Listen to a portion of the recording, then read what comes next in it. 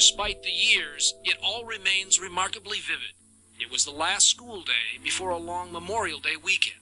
I think that I was probably in the bathroom shaving when Etan went out the door. Did your wife take Etan down the elevators? No, since we're only on the third floor, we use the stairs. Down the stairs and out onto Prince Street. It was a red letter day for first grader Etan. For months, he'd been pestering his parents to walk alone to the school bus stop just 2 blocks away. Today, they finally agreed, and away he went. In the early days, you and your wife took a lot of criticism about letting Etan go by himself that day. That must have been tough. Well, we did, but at some point in every parent's life, they send their children to school alone. Did we do it too early? Obviously we did.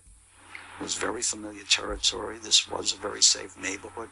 When you let them out of your sight, when they're 21? Julie could have followed some of Etan's path from their fire escape, but today she got busy with their other children.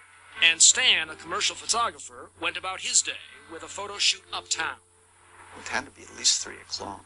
Julie called and she said that Etan had not come home from school. I was probably down here in about 15 minutes and came up here and...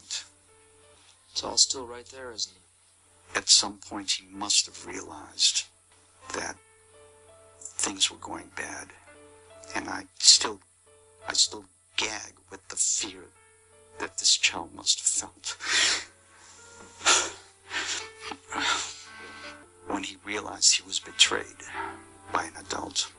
There was a story that captured the public's attention, and a storyline that anyone who not only even had a child, but even had a niece or a nephew, looked at that case and said, there but for the grace of God. One glance the wrong way, one moment of inattention, you look, and they're gone. There were no leads. There was no crime scene. They couldn't go dust for fingerprints. They didn't even know where he disappeared. At a certain point, it just becomes, there's nothing else to do.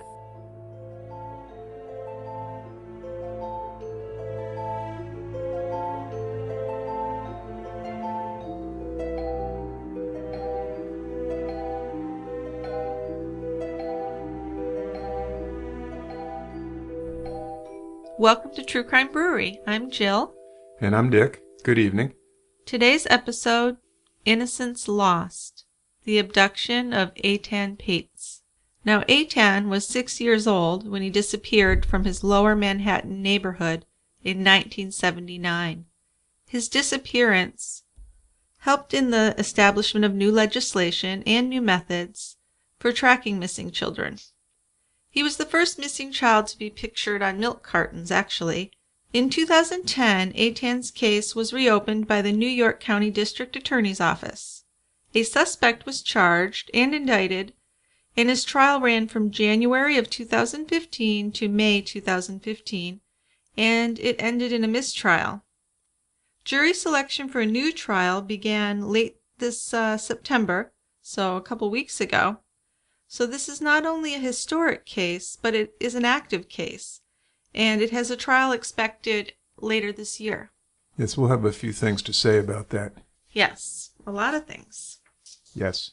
Now, the anniversary of Etan Patz's disappearance, May 25th, has been designated National Missing Children's Day in the United States, and that's since 1983. The extensive media attention given to Etan's disappearance is credited with creating more attention for missing children cases worldwide. This gives little solace to Etan's parents, of course, who have suffered from this loss for over 35 years now.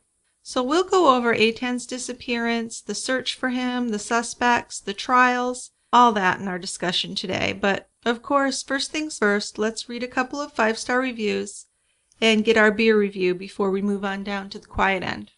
I'm ready for that. Okay. So our first review is I Love the Podcast by Battywhack.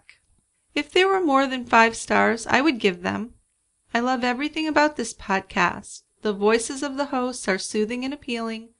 Those who call their delivery monotone should use a dictionary. The beer descriptions Dick offers are priceless. I don't drink beer, but I enjoy hearing his take on flavors. Caramel, brown bread, smoke, funky calling card, a tiny head. He even gives a history of some craft beers. My only complaint might be the silly bottle cap noise that they use every episode. which really sounds like a finger popping out of a cheek. Dick also applies his expertise as a pediatrician to the crimes they discuss. So that is from Baddywhack, and there's a little bit more, but it's kind of long, so I'm just going to say thanks a lot and welcome to the brewery, Baddywhack. That's a nice review. It is. It's thoughtful. He's put some thought into it, Absolutely. or she has. Yeah. Right. And another one is an enjoyable listen by Ventil. And Ventil says, I just found this podcast and enjoy the quiet discussion of issues found throughout these cases. Thank you, Jill and Dick. Well, thank you, Ventil, and welcome to the brewery. Welcome. And another one is, I love this podcast by Dave E. Davis. And Dave E. Davis says, well researched and the hosts are charming. Listen to this podcast. Absolutely. All of you people should listen to these podcasts.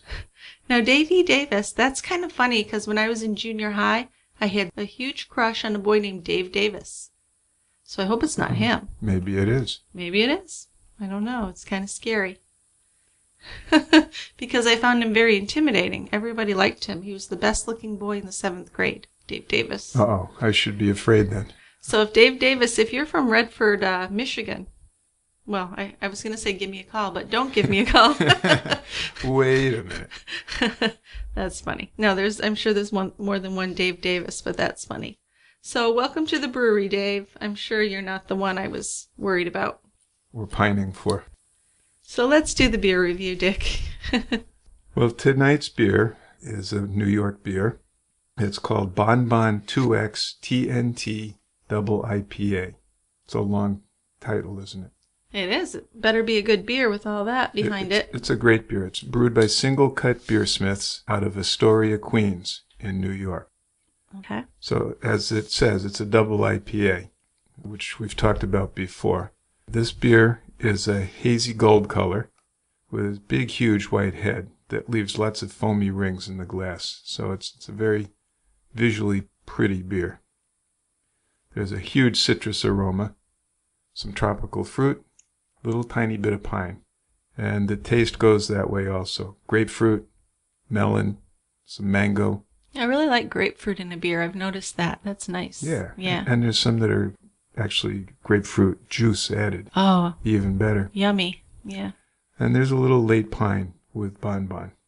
This is a light and smooth beer in the mouth, and it has a very clean finish. So there's not a lot of stuff going on at the end there. Okay. I don't know if I could tell that from a beer. It just means once you swallow it, it's gone.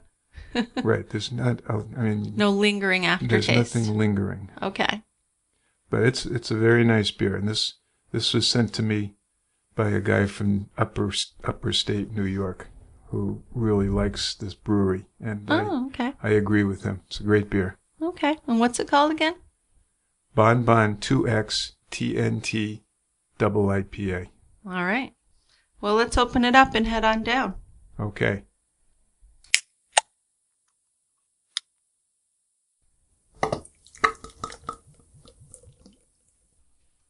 Well, the quiet end is truly a quiet end tonight. Now that the Red Sox have been eliminated from the playoffs, nobody's real interested in the other baseball games going on right now. No, it's kind of a sad atmosphere. It's almost funereal. I don't know if I'd go that far, but Well, okay. For us Red Sox fans, it is. It's terrible. Okay. But to our advantage, it's quiet, and we'll be able to do this without anybody leaning over our shoulders and kibitzing. Well, it'll be very cozy, yes. All right. Okay. Let's go. Okay, so Etan Patz. He was born in New York on October 9th of 1972, and he lived in Manhattan in a loft building near the corner of Prince Street and West Broadway. It was near the end of his kindergarten year on May 25th, 1979, at around 8 a.m., when Etan left his apartment by himself, and this was for the first time. He was supposed to walk 2 blocks to catch the school bus at West Broadway and Spring Street. But Etan never reached the bus stop. At school, his teacher noticed his absence but failed to report it to the principal. Yeah, I guess back in the late 70s, it wasn't done that way. No. Not like this day and age. Kid doesn't show up for school, parents are called right away. And a lot of these changes were made because of parents like Etan's that saw the hole in the system and how these things happened. Right. Yeah. Because we'll find out some statistics about children that are abducted, and you really need to get going within the first couple hours. Absolutely, yes. So when he didn't come home at the end of the school day, his mother did call the police, and there was an extensive search for Etan, which began that evening. Nearly 100 police and a team of bloodhounds searched for weeks for Etan. Now, Stan Patz, Etan's father, he was actually a professional photographer, and he had a collection of photos of Etan. His photos were printed on missing child posters and posted all over the city. So Etan's face was pictured on milk cartons, and it was also projected on screens in Times Square. So this was all new stuff that really hadn't happened. Right. This is groundbreaking stuff. Yes. And very few leads came in, unfortunately. Right. But this case, thanks to the parents, they really pushed it. They did, yes. And just as, not as an analogy, but not too long after Etan disappeared, Adam Walsh was abducted. Yes. And his father, John Walsh, has played a very significant role. Huge. In looking for abducted and missing children. Yes, and Etan's mother, Julie Patz, actually had a lot of interaction with John Walsh and his wife when Adam Walsh went missing. Right. Yeah. So these two cases are the groundswell of what's going on today. Yeah, they were within a couple of years of each other. Right. So in 1983, which was about 4 years after Etan went missing, President Ronald Reagan designated May 25th, the date of Etan's disappearance, as National Missing Children's Day. But still no trace of Etan had been found. Right. And this was an extensive publicity. Absolutely. And just no clues whatsoever. No. I mean, actually, media and police went right into their loft and stayed there for the first week. Right. And there was nothing to find because he hadn't gotten on the bus and no one had seen what happened to him, and it was only 2 blocks. Yeah. I mean, talk about your crime of opportunity. I mean, absolutely. This little kid walks from his front steps to the bus stop 2 blocks away and disappears. And one thing that we'll learn from the statistics is that most of these are crimes of opportunity. Right. It's not like they've studied one certain child. It's just that these kind of people see a child that's vulnerable and move in. Exactly. Yeah. Now, in 1985, Assistant United States Attorney Stuart R. Grabois received Etan's case, and that's when he identified Jose Antonio Ramos as his primary suspect in this case. Ramos was a convicted child sexual abuser, and also he'd been friends with Etan's former babysitter. Now, she wasn't really his babysitter. Her name was Sandy. I'm not going to say her last name because I don't want to do that because she's an innocent person. But she was actually hired to help walk Etan and his friends to the bus before Etan was allowed to walk alone because there was a bus strike. So she'd been hired by Julie Patz to just help walk the children to the bus. Yeah, so she wasn't like a nanny or a sitter or anything. She just performed that one function. Yeah, but she'd been in the home. Yeah. And she'd interacted. Yeah. I'm just wondering how she knew this guy Ramos or how he knew her, because they don't seem to live on the same plane of existence. Well, he was actually her boyfriend for some time, but he went under a different name. Yeah. So he was kind of a complex character. There was more to him than you might think. Quite. Yeah. But he lived in a culvert or something. Well, he had the culvert, Okay. but he also had other places where he lived. But the culvert seemed to be the place where he kept his pictures of children and stuff like that, the tunnel. Yeah. So some boys had accused Ramos of trying to lure them into a drain pipe, and that's where they thought that Ramos had spent a lot of time. And it was in the area where he was living back in 1982. So when police searched the drain pipe, they found photographs of Ramos and some young boys that looked like Etan. And some of them he's posing with the young boys. It's really quite disturbing. More than. Yeah. disturbing. So Yeah. he'd been luring boys in there. Yeah. Yeah. Offering them things. He had book bags. He would take their book bags and then have them come to get them. So he was definitely a pedophile. Yeah. Yeah. And I don't know how many of these children he molested, but he certainly had feelings in that direction. He did. Yeah. And didn't he have a picture of Etan? I don't think he had Etan specifically, no. He had kids that looked like him. Yes. Or resembled him. Well, he seemed to like to have pictures of blonde boys with blue eyes. Yeah, in the appropriate age. Well, in the most inappropriate age, Well, yes. The appropriate age for him. Yes. And when he was asked about that in an interview, he said, well, I really don't have the Viking thing. I don't know What's that? what that meant. I guess referring to blondes, Okay. Vikings. He's a sick individual. He's, yeah, just Yeah. everything we've read about him. He's seriously ill. Yeah, and he even admits to it quite a bit. So Grabois found out that Ramos had been in custody in Pennsylvania for another child molestation case. So it was in 1990 Grabois was finally able to help prosecute Ramos. So he became deputized as a state attorney general in Pennsylvania, and then he helped in a case against Ramos for sexually abusing children in Pennsylvania. And part of his idea of doing that is that hopefully he would learn more about Etan's case and maybe get a confession. Yeah, Because- we've seen interviews with Grabois. Yes. He seems pretty on the ball. He was tenacious. Yes. Yes. Because he really felt that Ramos had done this crime. And he really seemed to empathize with the Patzes Yeah, for sure. and what they were going through. And I really like his thinking. I don't know if he's changed his thinking since Hernandez has been on trial, but you gotta like Ramos for doing this. Yes, he seems like the most likely suspect, and I believe that now as well, yes. Yes. I don't know what Grabois thinks, but a lot of people think that Ramos is the person who did this. But we'll get to that. There's a lot about that. I know. There is lots of discussion. Yeah. So anyway, when Ramos was first questioned by Grabois, Ramos said that on the day Etan disappeared, that he had taken a young boy back to his apartment to rape him.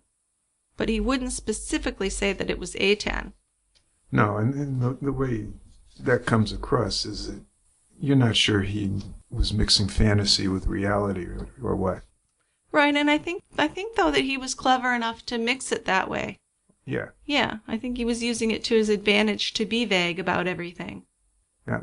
Ramos told Grabois that he was, quote unquote, 90% sure it was the boy he later saw on TV.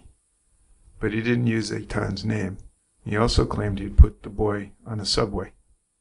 Yeah, he'd given a couple different stories. Then, in 1991, while Ramos was incarcerated, a jailhouse informant told Grabois and FBI agent Mary Galligan that Ramos had told him that he knew what had happened to Etan. Ramos even drew a map of Etan's school bus route, saying that he knew that Etan's stop was the third one on the route. And that's pretty suspicious stuff. Well, Sandy, the babysitter, she knew the route because she would walk the kids and she knew the Right. times. And they think that's where he got that information, aside from just observing. So, but, as you said, he was familiar with the Patz family, Yes. and he was a prime suspect in this. But investigators didn't have enough evidence to prosecute him. No, and that was very frustrating for Stan and Julie Patz because they really believed that he was a good lead, Yeah, which makes sense to me. A lot of people thought so. right. And they didn't prosecute him, but the Patzes sued him in civil court. Yes. Is that something that's coming up later, and I shouldn't have said anything? No, it'll be coming up soon. I just had a couple more things to talk about first. Okay. Sorry. Yeah, well, Dave Davis wouldn't do that, but whatever. Yeah, well, Dave was the guy in 7th grade. He's God. Yeah.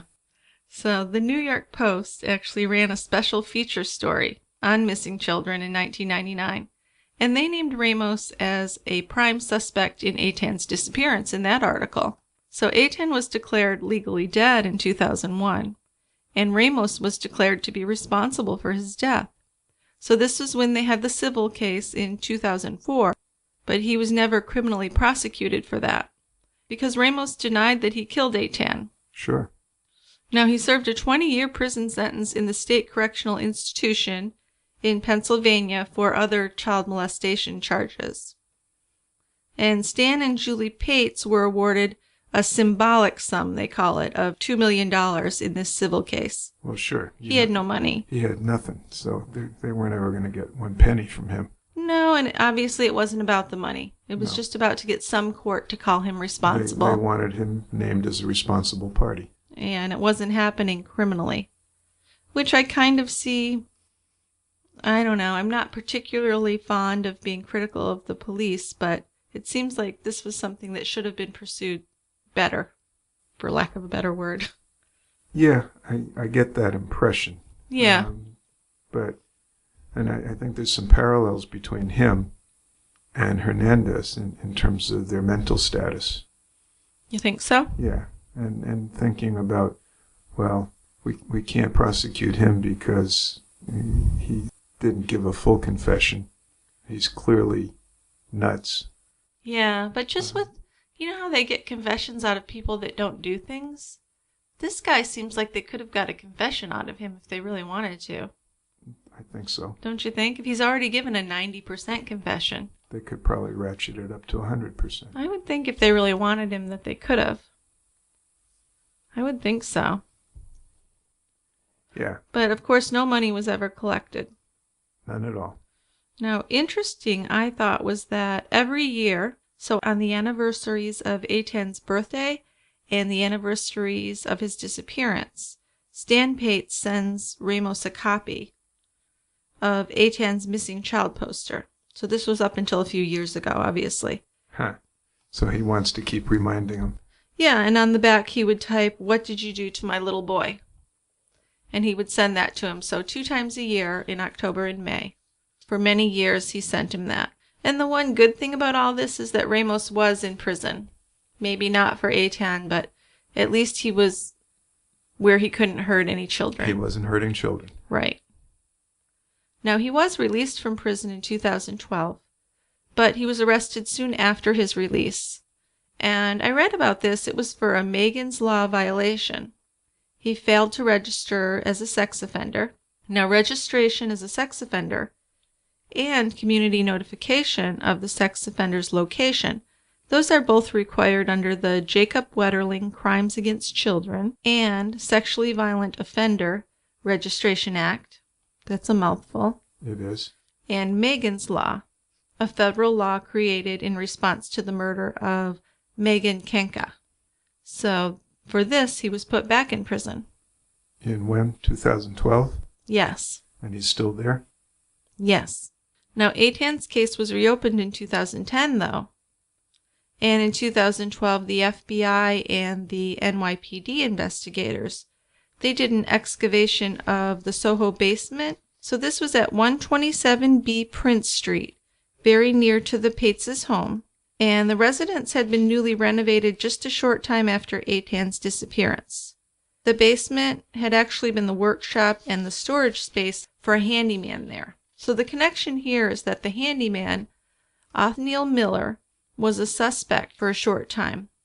This was after someone notified police that the concrete floor in Othniel's workshop appeared uneven.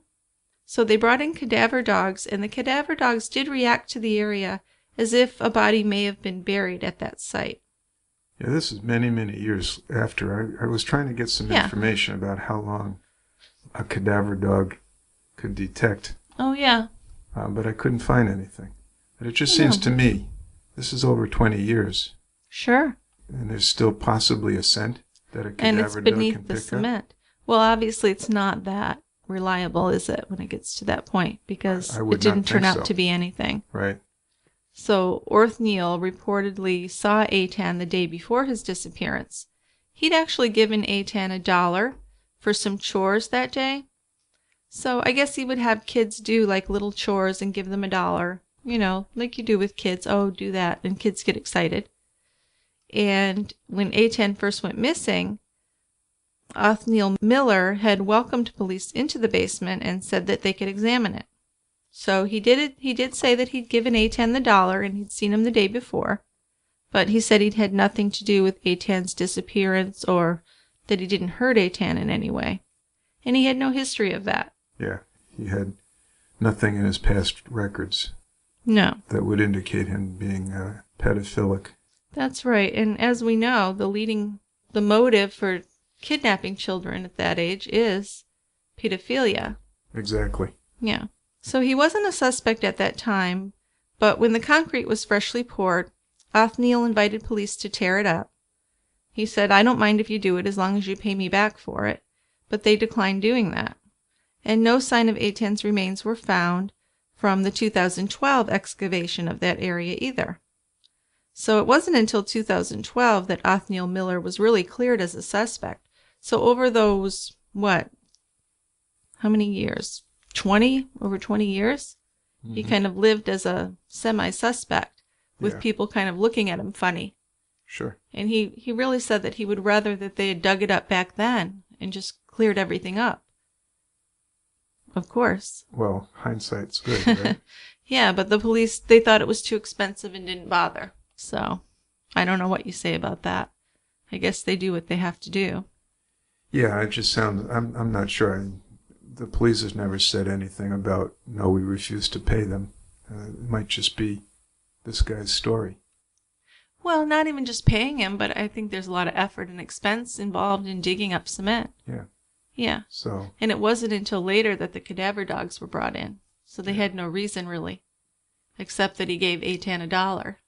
Exactly. So he really didn't need to be a suspect, probably ever. No. So that's how that went. So then on May 24th of 2012, the New York Police Commissioner, Raymond Kelly, he announced that a man was in custody who'd actually implicated himself in Etan's disappearance. So this man was identified as Pedro Hernandez, and he was from New Jersey. He was 51 years old, and he had confessed to strangling Etan. Hernandez was 18 years old, working at a convenience store in Etan's neighborhood at the time of Etan's disappearance. So he could have seen Etan. Yes. Or could have known of him. Yeah, he was, on the route to the bus stop, near the bus stop. Yeah. So he told police that he had strangled Etan, but then threw his body into the garbage. But he'd said that he'd strangled him in the basement, that he'd thrown Etan's backpack and whatnot behind the boiler, was it? Behind something in the basement. Right. And the body was put into some container in an alleyway. Yeah. And taken out to the trash. Yeah. Yeah. But the thing with him was, he was also not a pedophile. And he didn't even say that he'd done anything to Etan. He said he just had the urge to kill him. Right. He just felt his hands around his neck. Yeah. So he was charged with second-degree murder, but police had no physical evidence, no eyewitnesses to corroborate his confession. So the thing about him is he was a schizophrenic. He was 18 years old when this happened, and so now he's 51 when they arrest him. So from 18 to 51, he hasn't done anything to children. He hasn't committed any murders. Right. Not that it's known of. Anyway, well, he hasn't confessed to any. There's been no evidence he did any. Right.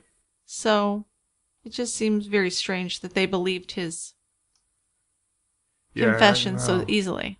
I think there's a lot of strange things about this. Yeah, so I was going to have you tell us a little bit about schizophrenia, paranoia, that kind of thing.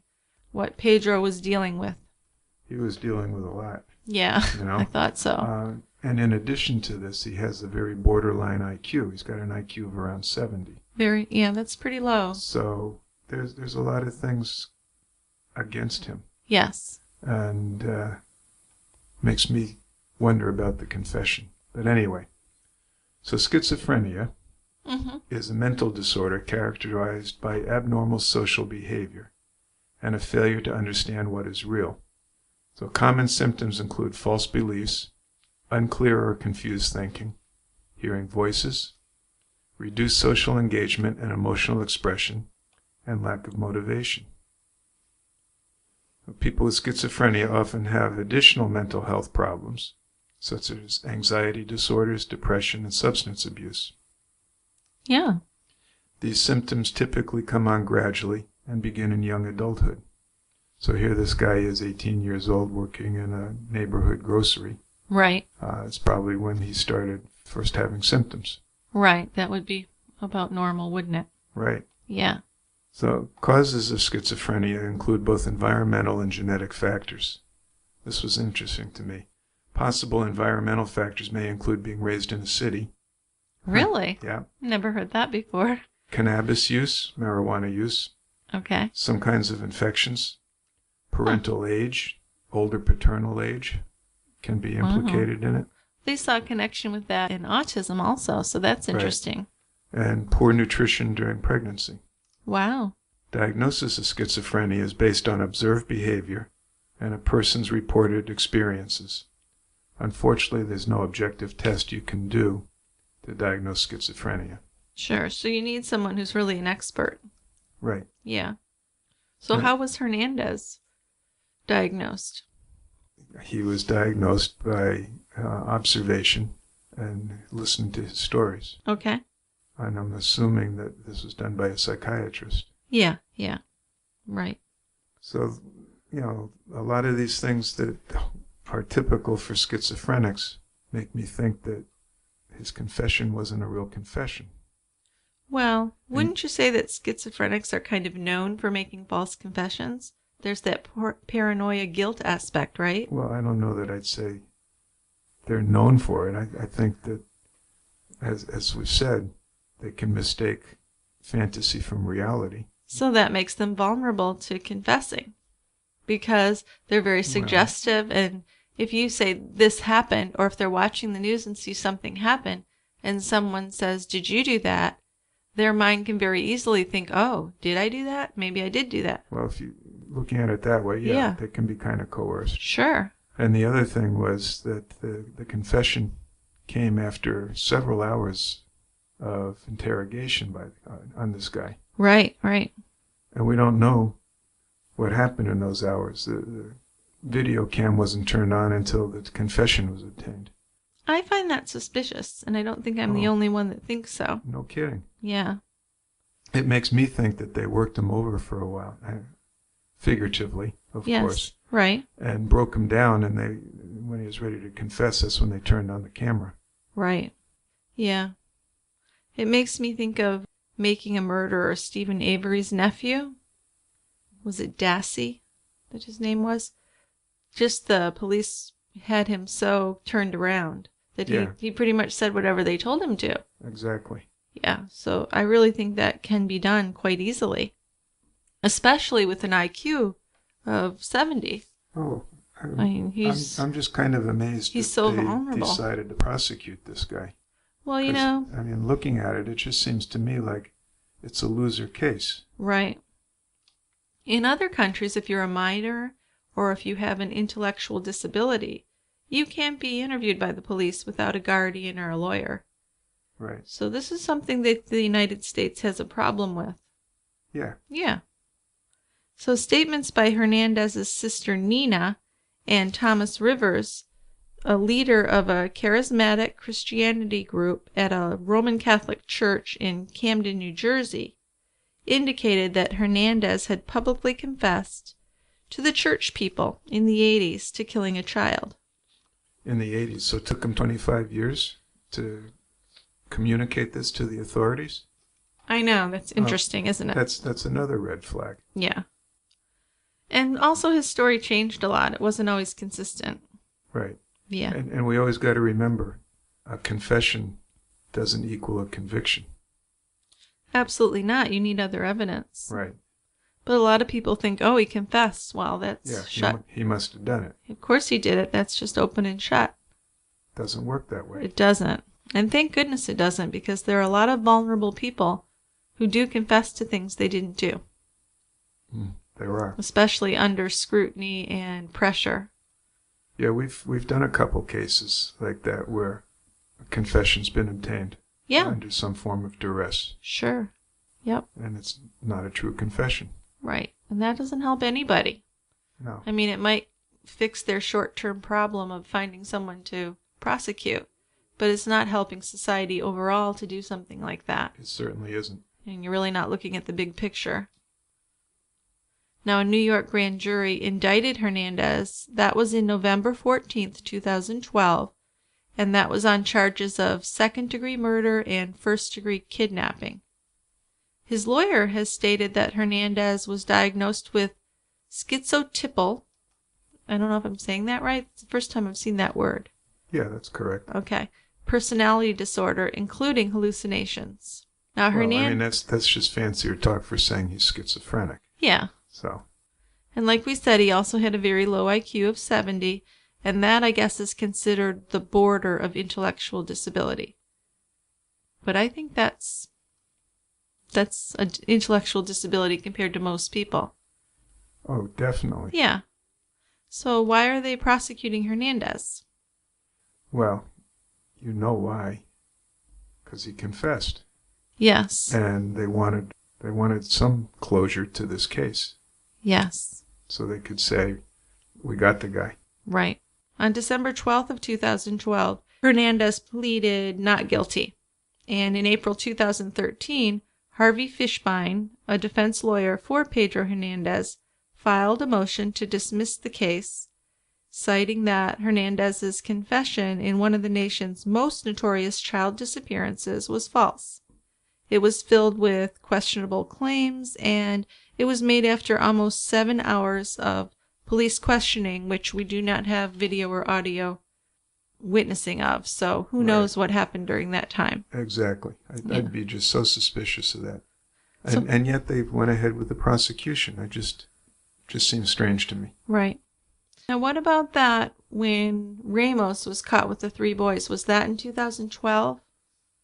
Oh, no. That was 30 years prior. Oh, so that was right after the disappearance. It wasn't too long after Etan's disappearance. Okay. And this is another reason to like Ramos for doing it. Okay.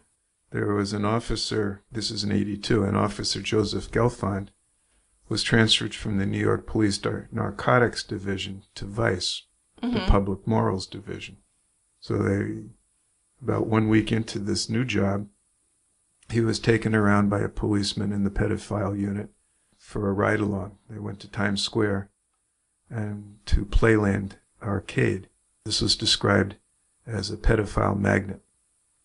And the police officer taught Officer Gelfand about chicken hawks, which are older men who lingered at the Playland offering kids quarters for sex acts. Ew. Yeah. So that first night, Gelfand noticed a shaggy-haired man with a group of blonde preteen boys. Mm-hmm. And he and his partner tailed them, got hung up in traffic, so Gelfand got out of the car and kept tracking them, followed them through a building up to a roof, and he observed the shaggy-haired guy unzipping his fly. So he drew his gun, put a halt to the proceedings. 2 of the boys ran away. Yeah. He talked to the third boy, said, what did this guy say to you? And the kid said, again, preteen kid, said that the shaggy-haired guy said, I'll give you $10 if you let me suck your dicks. Whoa. So the man was taken to the police station, and his name turned out to be Jose Antonio Ramos. So he's the guy that was in the tunnel. He's the guy in the culvert. Right. And also, he was the boyfriend of Sandy, the babysitter of Etan. Yep. Yep. He's the one that drew the map. So this is huge red flags coming out here. For sure. Yeah. So he had a wallet, he had 2 knives, he had a Bible in his pockets. Praise the Lord. Yeah. In the wallet was a newspaper clipping from the drainage tunnel arrest and several pictures of blonde boys. He's sticking with his blonde boy theme. Right. So Gelfand called missing persons about this kid that they had. He describes missing persons as hanging up on him.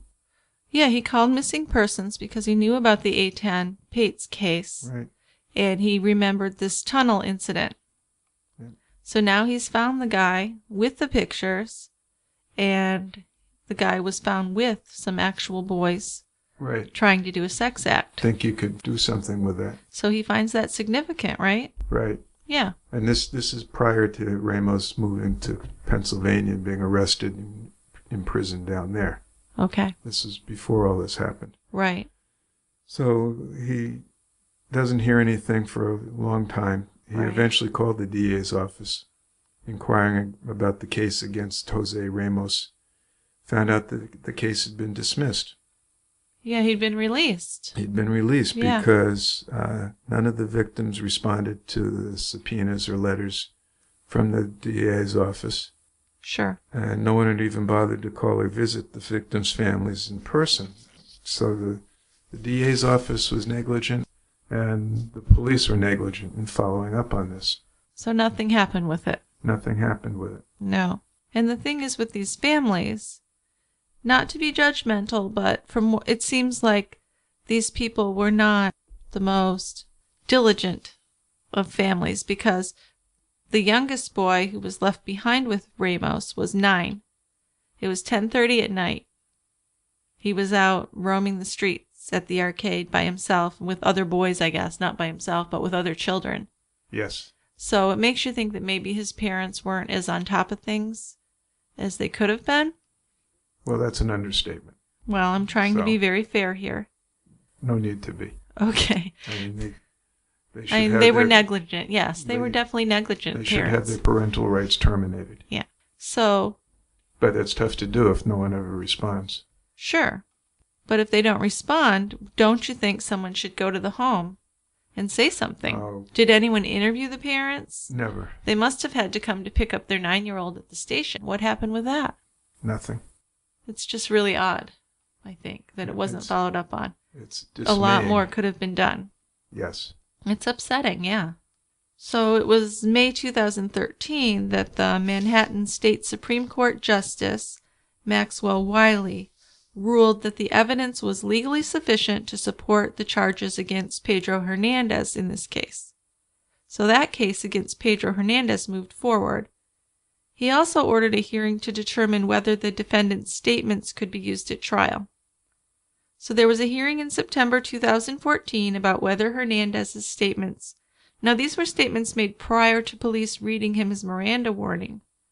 And they were trying to find out in the hearing if it was legally admissible at trial. So what's with that? I thought that if you didn't read the Yeah. rights, you couldn't use it. We've seen enough cop shows and stuff that Yeah. anything you say before you get your rights read to you are inadmissible. Yeah. It just didn't happen. But they had a hearing about it. And they decided that it was only dependent on whether Hernandez felt free to leave in this time before he was read his rights. It's Yeah. just, that seems very crooked to me. It I don't sounds like the way you're- that was run. You're really sidestepping the argument there. But Yeah. I kind of feel like they just want to push this crazy, not so bright guy into prison and be done with it. Yeah. Yeah. So he actually did go to trial.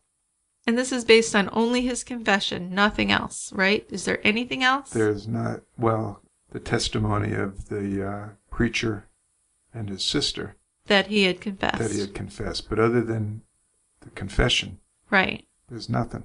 right. So how reliable is the schizophrenic guy's story that has no basis of fact?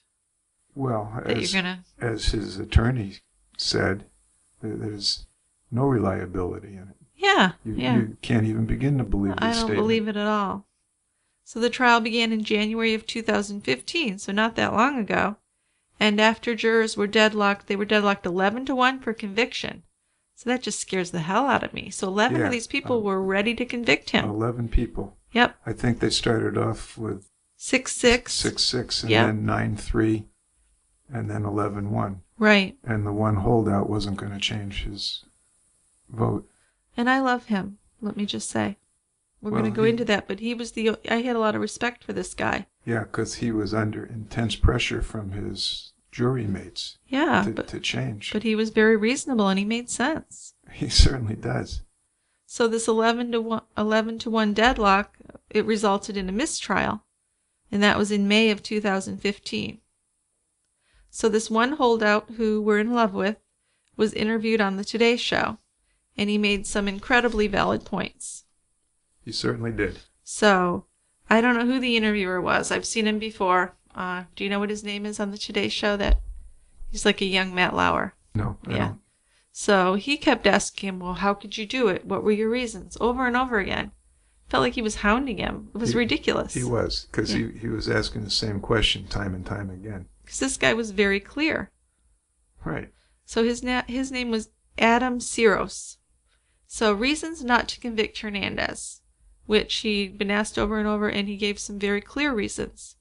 So number one. And unchanging reasons. Yes. Even being asked the same question more than one time. Yeah. He didn't change his answers. No.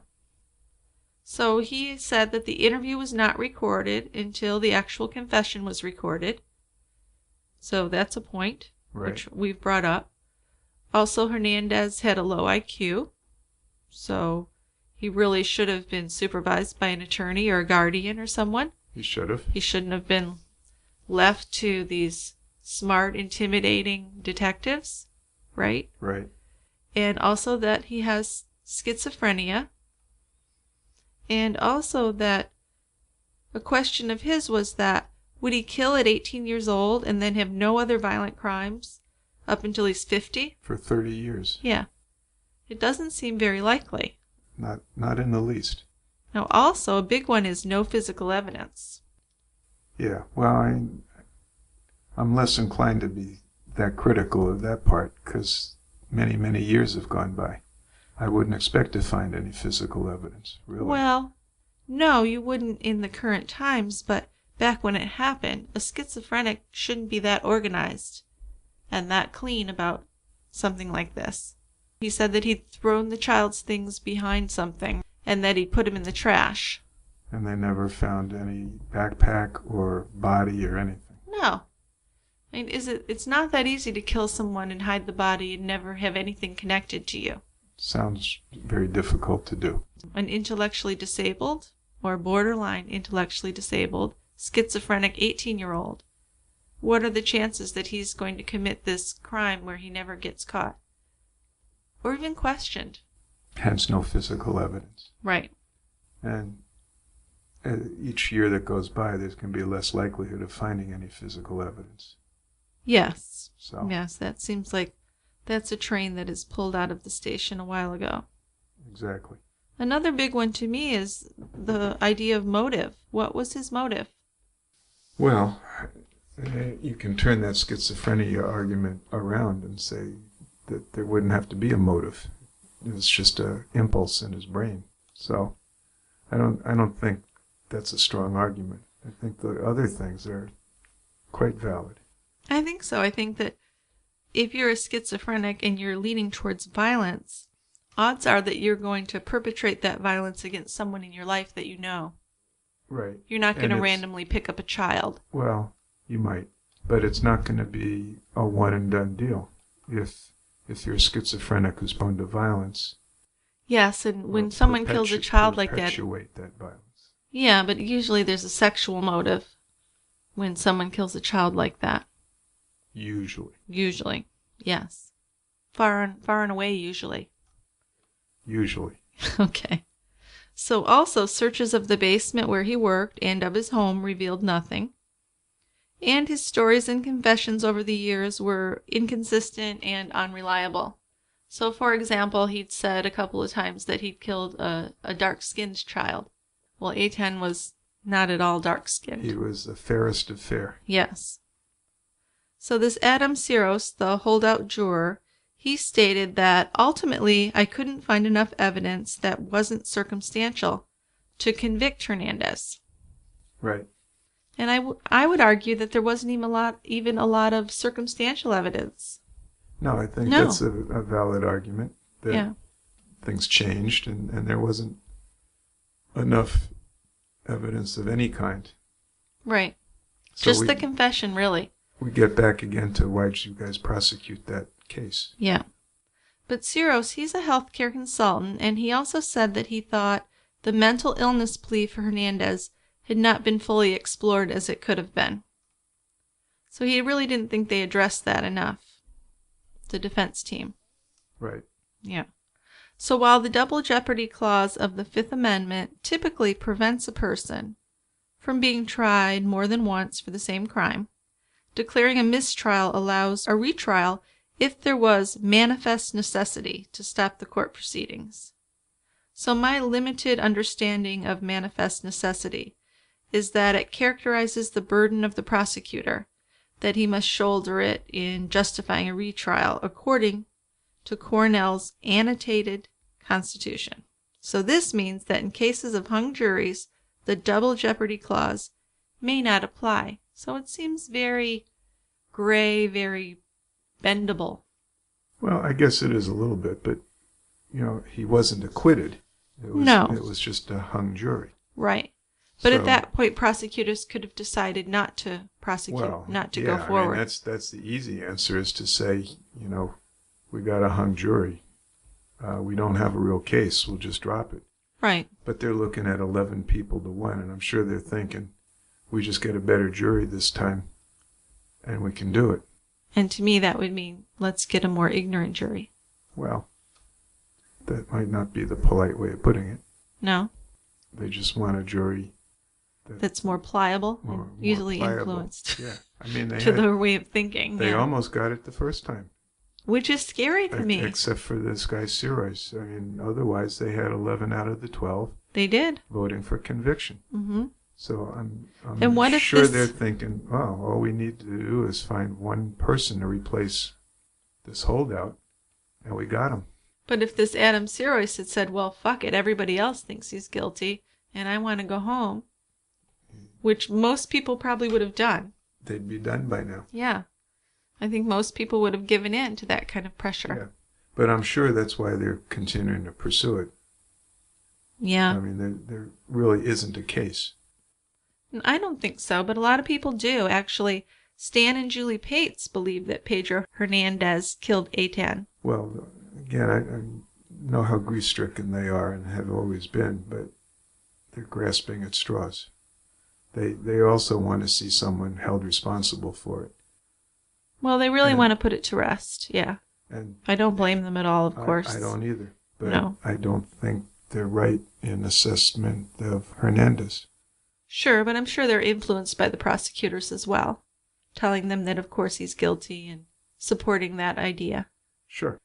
Now they had the 2004 judgment against Jose Ramos dismissed after the 2015 trial of Pedro Hernandez convinced them that Ramos wasn't responsible. So they bought into it and they dismissed their judgment against Jose Ramos. Yeah, and I don't know why. I guess they just figured out that, okay, Hernandez is a better bet, and we'll drop the case against Ramos. I don't know, because Ramos just seems much more likely to me. He's a pedophile.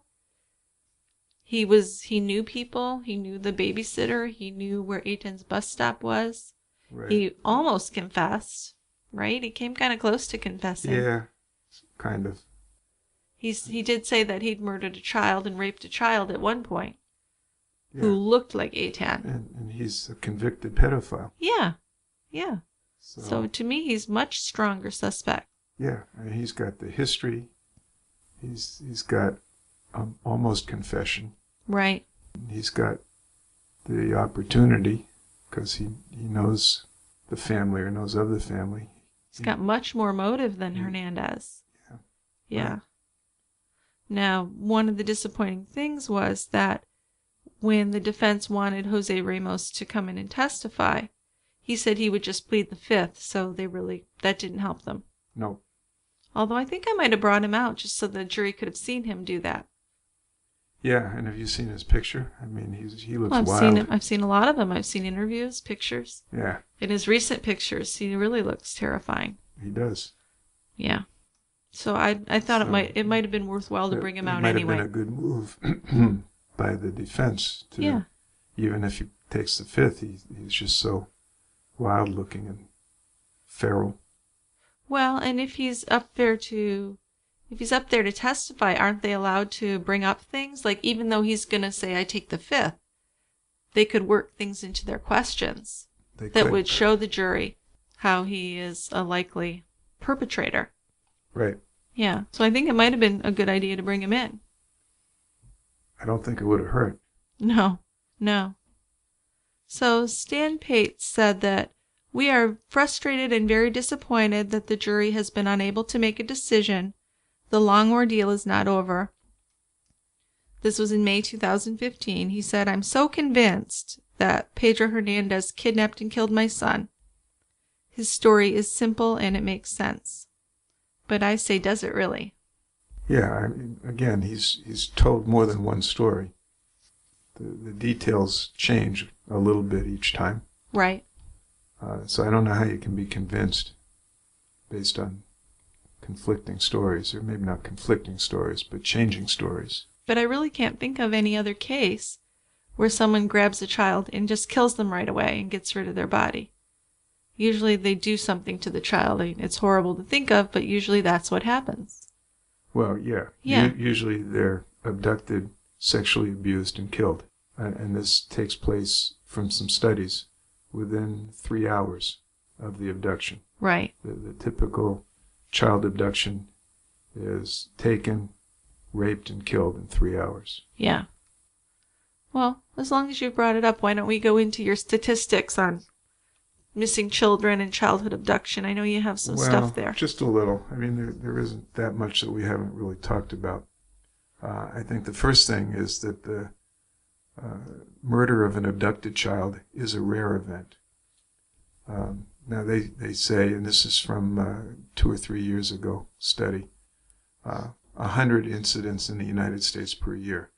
So, I mean, it says rare, but 100? It seems like a lot. It does. But I guess when you're thinking about the whole human population. Right. I'm sure it's too many, though. It's definitely 100 too many. Exactly. So, and you want to do immediate action. Right. Because there typically is about a 2-hour delay in making the report. So you're already a couple hours behind. Well, because people usually look and try and figure things out on their own before they call the Sure. police. Yeah. And as we said, most kids that are murdered are dead within 3 hours of the abduction. Yeah. So most of these child abduction murders are committed by a killer who's a total stranger to the victim. Mm-hmm. Although that varies with gender and age of the victim. Yeah, those statistics were interesting. Why don't you share some of those with us? Well, the youngest females, those are 1 to 5-year-olds, tend to be killed by friends or acquaintances. But the older females, 16 to 17, tend to be killed by strangers. On the male side, both youngest and oldest male victims are likely strangers that have done the act. Average age of the killers of the abducted children is around 27. Mostly unmarried. Half of them either live alone or with their parents. Half of them, again, are unemployed.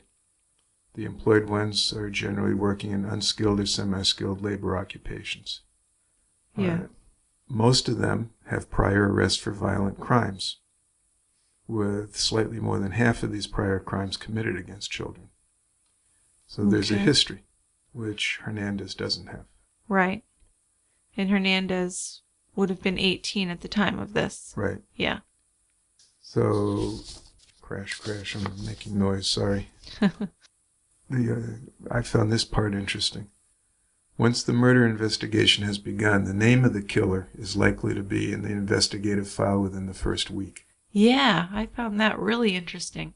So it gives an opportunity for investigators who might run out of leads to just look over the case again. Yeah, you need to go back and look over anybody you've talked to. Yeah. Yeah. Because you're likely to have the perpetrator there. Yeah. That's an amazing fact. That is really interesting. So then what they finish up with, what can we tell parents to help them protect the children? Well, this is important, yeah. So perhaps the most important single thing to protect our kids is to be certain that they play while they're supervised. Yeah. Even in their own front yard or neighborhood street. Now, when I was a kid, Yeah, it's we just roamed crazy. all over the place. As Well- long as I was home for dinner, I was okay. Well, that was the thing in our family. You need to be in when the streetlights come on. Yeah. Which is, it's really, I'm sure I'm not the only old person who said that, but it's really sad that we can't do that anymore. We can't. I remember going out after breakfast and being out all day, and I probably didn't go more than 3 or 4 blocks from my home, but I had all kinds of adventures. Yeah. Yeah. And particularly trick-or-treating. I mean, we'd roam all over the place without parents being with us. Yeah. But that's part of this Etan Patz story, is that changed things not only in that neighborhood, but nationwide. So then besides better supervision of our kids, we got to teach them stranger danger. Right. So don't speak to strangers. Don't get into cars with strangers.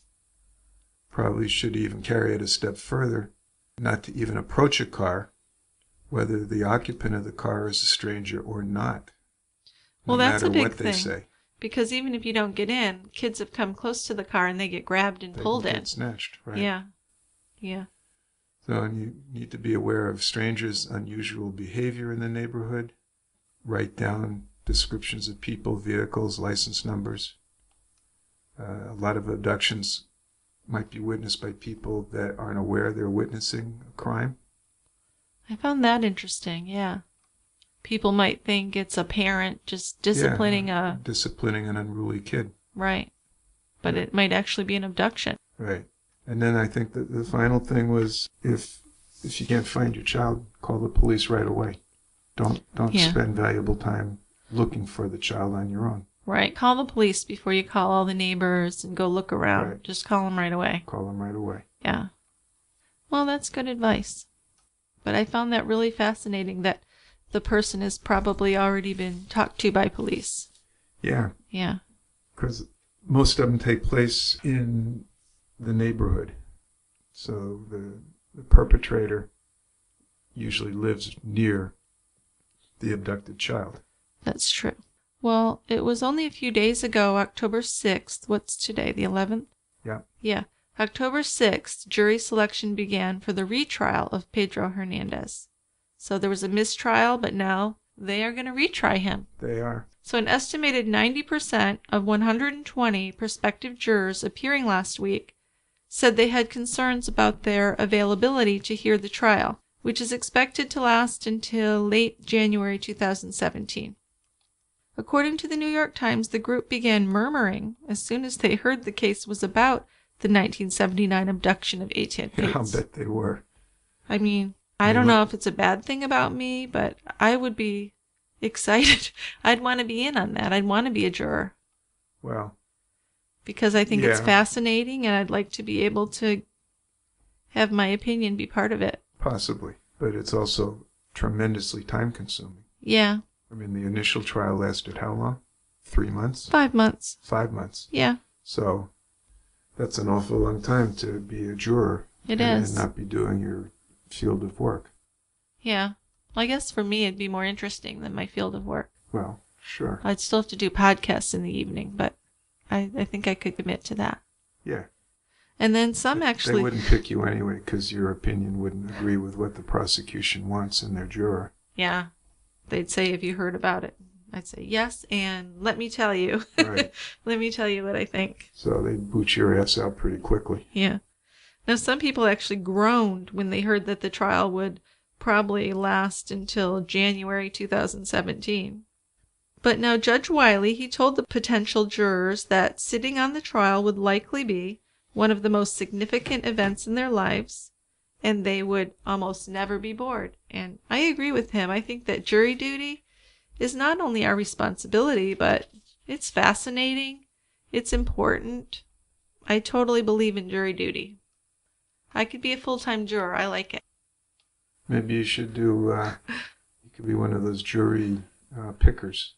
Oh, I think that's a whole other thing. You have to know some psychology. You have to know how to profile them. Right, but that'd be a good job. It'd be fun, yeah. But I don't think I'm qualified in any way. No. I don't know what the qualifications are. I don't know. Someone who's observant. Someone who's observant. I don't know if they're an attorney for a while first. I don't know how that works, but it would be interesting. Right. Yeah. Now, Etan has never been found, and the trial is set to begin in November. The next trial for Pedro Hernandez. That's assuming they can impanel a jury. Yeah, well, they will. I'm sure they will. Yeah, but it's going to take a while. I would think a lot of younger people don't know of Etan Patz. Right. I mean, actually, I didn't remember. I had vague memories of it, but, you know, that was a long time ago. I wasn't an adult back then, so I didn't really remember it. I remembered Adam Walsh more. But I remember when I read the book, Adam Walsh was like less than 2 years later, and they all went on the Donahue show and did a lot of things together. I think it was the Patzes, the Walshes, and another couple. Can't remember their name. Yeah. Yeah. But I do remember Adam Walsh was a big deal. Because he was in the store. His mom went to another department, which my mom used to do all the time. Right. She'd leave me in one department, she'd go do her thing. Comes back and there's no child. Yeah. He was sitting there, I guess video games were just coming out, and they were playing, some kids were playing a video game in the Sears, and she went to look at lamps. And when she came back, one of the people that works at Sears had kicked the older kids out. And she didn't know if Adam had been kicked out with these other kids or grabbed by someone else. Right. But that was horrifying. Really scary. I can't imagine. Yeah. Really bad. So, do you have anything else to say about this case? Well, the only thing I'd say is that I think they're prosecuting the wrong person. I agree with you. And I tried not to have a predetermined opinion on this before I did the podcast, but it was really hard not to once I saw things and read the book. If all you read about is that they had a guy who confessed to it and there was a hung jury, you're thinking, well, sure, they should go retry him. Right. But when you find out the particulars of it, at least it makes me think they're barking up the wrong tree. They're after a guy who didn't do it. Yeah, I really think so. Especially after you see the interviews with Ramos. Yeah. I just really see him as a much better suspect, a much better person to prosecute. Absolutely. I do too. Yeah. But Pedro will be retried, and then we'll do an update and see what happens. Okay. And then maybe they'll get around to charging Ramos. They might. Because he's never been charged in this. No, he hasn't. And I think what really would need to happen is someone else would have to come forward, or they'd have to find some physical evidence. Right. Which is hard to believe that it would ever happen at this point. It's been so long. I don't know if that would happen. It's unlikely. Yeah, I know. So let me just do a little groveling before we leave. Okay, grovel away. So there are a couple of ways that you can support True Crime Brewery. If you go to our website, www.tiegrabber.com, you can click on Team Tiegrabber Perks. And there are 3 levels of support starting at only $2 a month. So for your support, you'll receive a perk from the brewery. And also in the works, we will have some episodes that only members will get. Some premium episodes. And if you want a free and easy way to offer your support, we also have an Amazon gift card and Amazon Audible links on our website.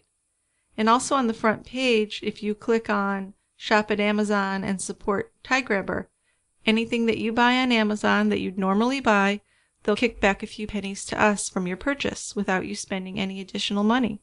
I like that. So that's a great way to do it. And as far as Audible goes, I'm a customer and I love to listen to books while I'm driving, when I'm doing chores, also in bed. Sometimes I'm lazy and I don't want to have to read, and I'll just lay there and listen to the book as I fall asleep. And it's great. So give Audible a try. You get a 30-day free trial, and we get a little kickback for your signing up, even if you don't spend anything and you decide you don't want it. There you go. And so it's October, so as you begin your holiday shopping soon, you can also click on the Amazon gift card link on our website's front page. You can buy Amazon gift cards, and those are great for those impossible to buy people in your life, like adult children, right? They're easy, They make them happy, they can pick out and buy whatever they want. So those are great. Those are great. I think we give those to everybody. We do. Yeah. Because we have adult kids and because we're lazy. Yeah, and if you buy them for certain stores or Starbucks, sometimes they won't use the whole card, so a couple bucks just goes to waste, right? Right. So I think it's much better to use the Amazon gift card. And that way, even if they're running out of money, whatever's left can go past towards their next purchase. And it gets used up, so you're not wasting anything. It'll all get used. Yep. Another cool thing is if you go to our On True Crime Movies link on our website, I've posted a link which gives you a 1-month free trial of Showtime Anytime. And if you sign up using this link, we receive a little something from Showtime. And on Showtime, you can watch Ray Donovan, Shameless, The Affair. And with Showtime Anytime, you can access all the way back to season 1 with any of these, and just, you can binge watch 2 or 3 seasons. Or with Shameless, I think you can binge watch 6 seasons, plus they started season 7. So you can get a ton of binging out of that for free for 30 days. All right. So that's a good thing to try if you don't have Showtime. And also, I'd like to thank you for listening to this episode of True Crime Brewery. Our podcast is available on Stitcher, it's available on iTunes, it's available on Google Play. You can also go to our website to access it. And if you like the podcast, follow us on Twitter at TieGrabberPods and Instagram, TieGrabberPodcasts. We also have a Facebook page, which I update a few times a week. And you can see that page, you can give us a like, and that's at tiegrabber.com/Facebook. And all 5-star reviews are appreciated on iTunes as well. If you submit one, we'll happily welcome you to the brewery and read it on one of our upcoming episodes. We love getting those. We do. We need more of those because those help us to get more listeners. Exactly. And we love to read them too because they're really cool. You can be critical. You can just give a little feedback. As long as you give us 5 stars, we're happy. That's right. Yeah. Concluding this episode, I'd just like to say thank you. And I'd say thank you too. And I would also just interject one other thing. We're going to be going to a niece's wedding. and because of that, we're going to be broadcasting the next True Crime one day later. Yeah, so we'll probably be recording next Wednesday night and putting it up for Thursday instead of Wednesday. So it'll just be a day late. Just a day late. Day late, not $1 short. No. No. But I know everybody's going to be tuning in Tuesday night looking for us and saying, where the fuck are they? Oh, geez. Oh, Oh, no. man, People they're will not be freaking out. Totally. Yeah. So I just thought if we Good gave thing to you warn everybody. forewarning. We don't want to cause complete chaos and have the No, next apocalypse. we don't want the Earth's axis to shift, anything like that. So So thanks, Dickie. You saved us all. I did. Okay. So we'll talk to you later. Next week. Okay. From Wednesday. the brewery, signing off. Okay. All Goodbye. right. Bye-bye.